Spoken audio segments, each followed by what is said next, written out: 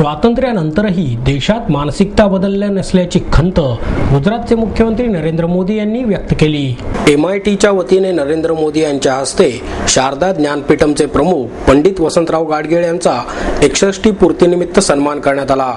शिवशाहीर बाबासाहेब पुरंदरे, कोल्हापूरचे छत्रपती श्रीमंत शाहू महाराज, ज्येष्ठ संगणक तज्ञ डॉक्टर विजय भटकर, सिम्बॉयसिसचे संस्थापक डॉक्टर शांब मुजुमदार, डेक्कन कॉलेजचे प्राचार्य डॉक्टर गो. देगलूरकर, भंडारकर प्राच्य विद्या संशोधन संस्थेचे अध्यक्ष सदानंद फडके, DY पाटील महाविद्यालयाचे doctor PD Patil, doctor Vishwanath Karad, प्राध्यापक राहुल कराड यावेळी उपस्थित होते।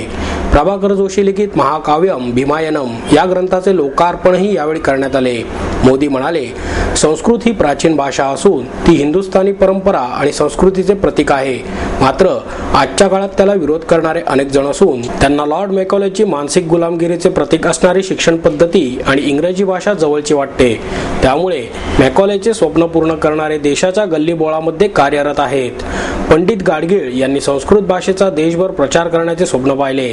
त्यांचे हे कार्य आजही अखंड सुरू आहे। संस्कृत भाषेमध्ये परंपरा आणि संस्कृतीचे प्रतिबिंब आहे। मात्र स्वातंत्र्यानंतर ही भाषा दडपण्याचा प्रयत्न झाला, त्याऐवजी इंग्रजी शिक्षण पद्धती जवळ करण्यात आली।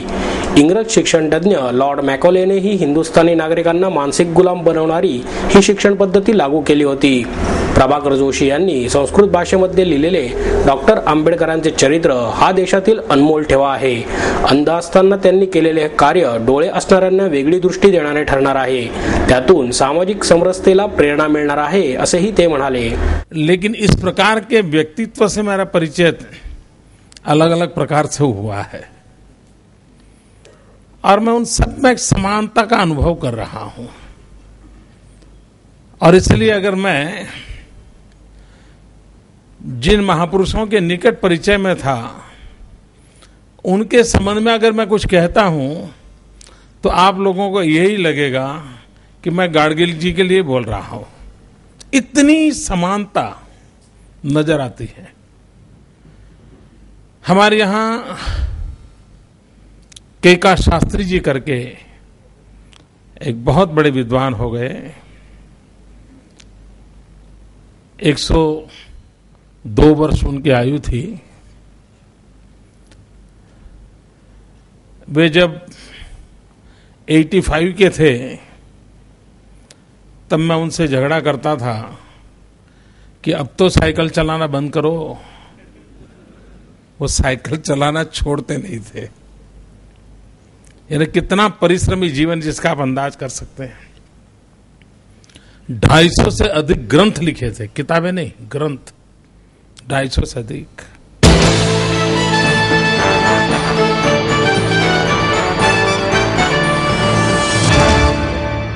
ॲडव्होकेट असीम सरोदे यांच्या कौटुंबिक हिंसाचार आणि कायदा या पुस्तकाचे प्रकाशन खासदार सुप्रिया सुळे यांच्या हस्ते करण्यात आले। ज्येष्ठ सामाजिक कार्यकर्ते विद्या बाळ, मनोविकास प्रकाशनचे अरविंद पाटकर, कर्मवीर भाऊराव पाटील, दत्तक पालक योजनेच्या अध्यक्षा मंगला सरोदे आदी यावेळी उपस्थित होते। सुळे म्हणाल्या, कौटुंबिक हिंसाचार आणि स्त्रीभ्रूण हत्याबाबतच्या खटल्यांचे निकाल त्वरित लागावेत म्हणून द्रुतगती न्यायालये सुरू करण्यात येणार आहेत। गृहमंत्री RR पाटील यांच्याशी याबाबत चर्चा केली असून यावर लवकरच निर्णय घेण्यात येईल असेही सुळे यांनी सांगितले। बीड येथील डॉक्टर सुदाम मुंडे यांच्या खटल्यासाठी उज्ज्वल निकम यांची विशेष सरकारी वकील म्हणून नियुक्ती करू नये अशी मागणी होत आहे। याबाबत बोलताना सुळे यांनी डॉक्टर मुंडे प्रकरणात विशेष सरकारी वकिलांची नेमणूक प्रक्रिया सुरू असून याबाबत विचारविनिमय सुरू आहे असे सांगितले। शारीरिक हिंसाचारापेक्षा मानसिक त्रास जास्त घातक आहे। कौटुंबिक हिंसाचार ही मोठी समस्या असून त्याविरोधात लढा उभारला जावा। महिलांकडूनही कायद्याचा दुरुपयोग होत असल्याचे निदर्शनास आले आहे।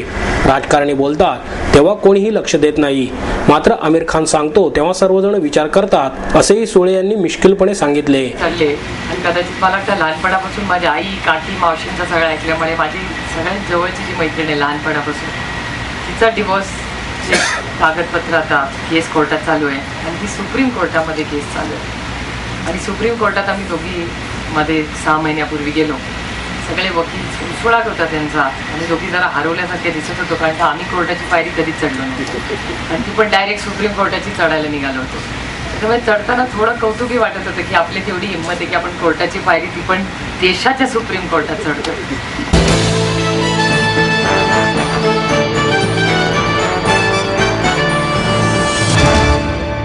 जनरल प्रॅक्टिशनर्स आणि फॅमिली फिजिशियन डॉक्टरांच्या वतीने जिल्हाधिकारी कार्यालयावर मोर्चा काढण्यात आला. जनरल प्रॅक्टिशनर्स आणि फॅमिली फिजिशियन या डॉक्टरांना ॲलोपॅथी औषधे वापरण्यास अटकाव करण्यासाठी त्यांनी ही औषधे देऊ नयेत अशा प्रकारचे आदेश अन्न आणि औषधे प्रशासनाने दिल्यामुळे राज्यभरातील डॉक्टरांमध्ये असंतोषाचे वातावरण निर्माण झाले आहे. अन्न आणि औषधे प्रशासनाने हा निर्णय त्वरित बदलावा या मागणीसाठी राष्ट्रवादी काँग्रेस पार्टीच्या डॉक्टर सेलच्या वतीने जिल्हाधिकारी कार्यालयावर मोर्चा काढण्यात आला. या मोर्चात पुणे जिल्ह्यातील होमिओपॅथी, आयुर्वेद, ॲलोपॅथी, युनानी या सर्व पॅथींचे डॉक्टर मोठ्या संख्येने सहभागी झाले होते. या मोर्चाचा प्रारंभ शनिवार वाडा येथून करण्यात आला. यावेळी राष्ट्रवादी काँग्रेस पार्टी डॉक्टर सेलचे अध्यक्ष डॉक्टर दिलीप घुले, जिल्हा प्रमुख डॉक्टर शिवदीप उंद्रे यांनी डॉक्टरांच्या मागण्यांचे निवेदन जिल्हाधिकारी विकास देशमुख यांना दिले. सर्वसामान्य नागरिकांच्या आरोग्य रक्षणासाठी ही मागणी आहे. कारण निश्चित आहे की जर का ही इमर्जन्सी मेडिसिन्स, ॲलोपॅथीची मेडिसिन्स जर वापरायला परवानगी नाकारली गेली तर निश्चितपणे ग्रामीण भागामध्ये ज्या इमर्जन्सी असतात त्याच्यामध्ये रुग्णाचे जीव जाऊ शकतात. आणि या जीव वाचवण्याचं जे काम आहे ते आपली डॉक्टर्स मंडळी अत्यंत तन मन धनाने करतात. महाराष्ट्राची नव्हे तर भारताची आरोग्य व्यवस्था ही सगळी तुमच्या आमच्या हातात आहे आणि चांगल्या पद्धतीने सगळी मंडळी तन मन धनाने काम करतायत. परंतु तरी सुद्धा या जनरल प्रॅक्टिशनर्स मंडळी जी आहेत, फॅमिली फिजिशियन जी आहेत, ज्या मंडळींचा आणि समाजाचा एक चांगला सुसंवाद व्हावा अशी सगळ्यांची अपेक्षा आहे, त्या सर्व मंडळींची मानसिकता अडचणीत आणण्याची कुठेतरी सारखी परिस्थिती निर्माण होती. या संदर्भात आयुर्वेद असेल, होमिओपॅथी असेल, युनानी असेल किंवा ॲलोपॅथी असेल, याच्यामधले जे जनरल प्रॅक्टिशनर आहेत ग्रामीण भागात काम करणारे, ती मंडळीच खरं ग्रामीण भागामध्ये अत्यंत चांगल्या पद्धतीचं काम करत असतात.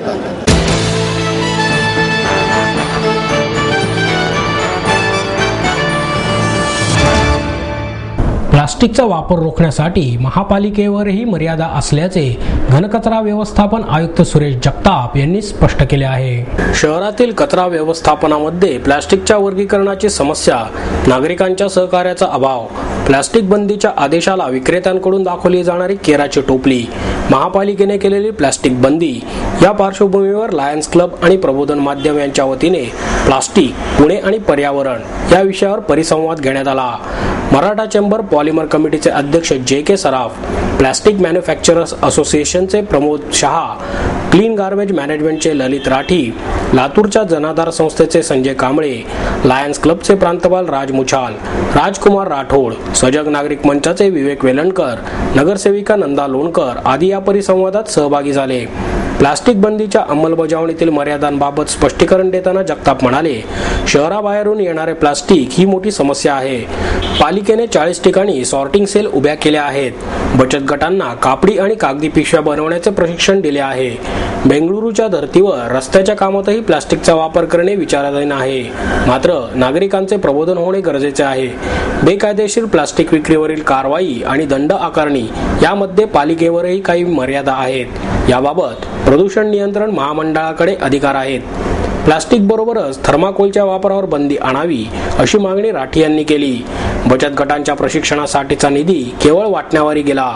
किती कागदी पिशव्यांची निर्मिती झाली आणि त्या कोणाला विकल्या याचे कोणतेही रेकॉर्ड पालिकेकडे नाही, असे वेलणकर यांनी सांगितले.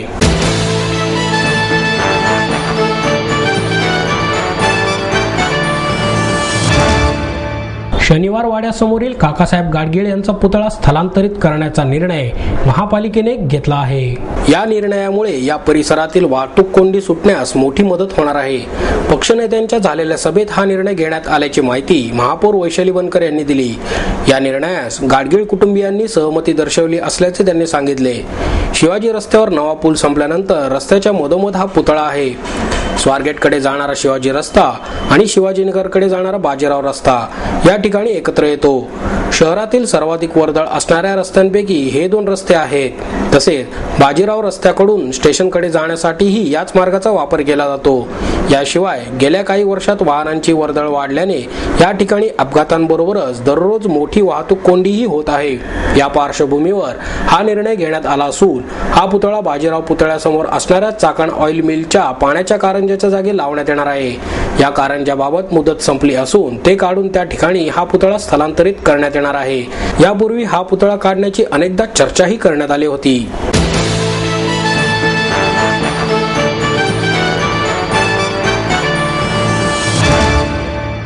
बालमजुरीसारख्या गंभीर समस्येवर जळजळीत प्रकाश टाकणारी ध्वनिचित्रफीत तयार करण्यात आली आहे. सत्यमेव जयते या कार्यक्रमाच्या धर्तीवर सामाजिक विषयावर प्रकाश टाकण्यासाठी पुण्याच्या सिग्नलवर हॉटेलमध्ये बालमजुरी करणाऱ्या कामगारांचे वास्तव मांडणारी ध्वनिचित्रफीत यूट्यूबवर अपलोड करण्यात आली आहे. पुण्यात इंजिनिअरिंगच्या तृतीय वर्षाला असणाऱ्या विद्यार्थ्यांनी बाल कामगार या विषयावर व्हिडिओ बनवला आहे. यासाठी शंतनू नायडू याने गाणे लिहिले आणि धून तयार केली आहे, तर सौरभ राणे आणि अक्षता गोगटे यांनी गायन आणि इतर बाजू सांभाळल्या आहेत. पुणे मनपा कोथरूड येथील विद्यानिकेतन शाळेतील अर्चना इरपगिरे आणि अपर्णा निंबाळकर यांचे गाणे पूर्ण करण्यासाठी सहकार्य लाभले. तसेच विद्यार्थ्यांनी अवघ्या 2 दिवसात गाणे योग्य स्वरात बसवून उत्कृष्ट साथ दिली. ही चित्रफीत तयार करताना अनेक अडचणी आल्याचेही शंतनू नायडू, सौरभ राणे आणि अक्षता गोगटे यांनी पत्रकार परिषदेत सांगितले.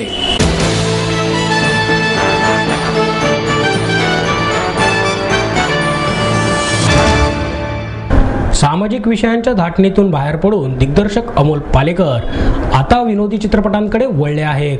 वी आर ऑन होऊन जाऊ द्या या चित्रपटाची निर्मिती करण्याचा घाट त्यांनी घातला आहे. आघाडीच्या विनोदवीरांना घेऊन त्यांनी या चित्रपटाची मिसळ केली असून चित्रीकरणाला सुरुवात झाल्याची माहिती त्यांनी पत्रकार परिषदेत दिली. अशोक सराफ, दिलीप प्रभावळकर, मकरंद अनासपुरे, रमेश भाटकर, मनोज जोशी, पुष्कर श्रोत्री, उपेंद्र लिमये, आनंद इंगळे, सतीश पुळेकर, विनय केंकरे, सतीश आळेकर, शीला नवलकर, सुहासिनी परांजपे, आतिशा नाईक ही या चित्रपटाची टीम आहे. या चित्रपटाची पटकथा आणि संवाद लेखन संध्या गोखले यांचे आहे, तर त्यांच्याच अनान निर्मिती संस्थेची ही पहिली कलाकृती आहे. गजर फेम अमोल गोळे यांनी याचे छायाचित्रण केले आहे. तरुण आईला साधेसा त्यांचे व्यक्तिमत्व घेऊन आलेला हा चित्रपट आहे असे पालेकर म्हणाले. राजा परांजपे, राजा गोसावी, पुलंचा गुळाचा गणपतीतील विनोद हा सगळा पोत बाजूला पडला आहे असे वाटते. तो पुन्हा आणण्याचा हा प्रयत्न आहे असेही त्यांनी सांगितले. सवंग किंवा अंगविक्षेपाकडे जाणारा विनोद मला नको होता, म्हणूनच व्यक्ती डोळ्यापुढे ठेवूनच संवाद लिहिले आहेत असे गोखले म्हणाल्या. पालेकरांबरोबर प्रथमच काम करतोय, वेगळे काहीतरी करायला मिळते याचा आनंद आहे असे सराफ यांनी सांगितले. तर चांगले विनोदी काम करणे ही गंभीरतेने घेण्याची गोष्ट आहे, याचा मी पुन्हा पुन्हा अनुभव घेतो. इतक्या लोकांनी एकत्र काम करण्याचा अनुभव मी पहिल्यांदाच घेत आहे अशी प्रतिक्रिया प्रभावळकर यांनी दिली.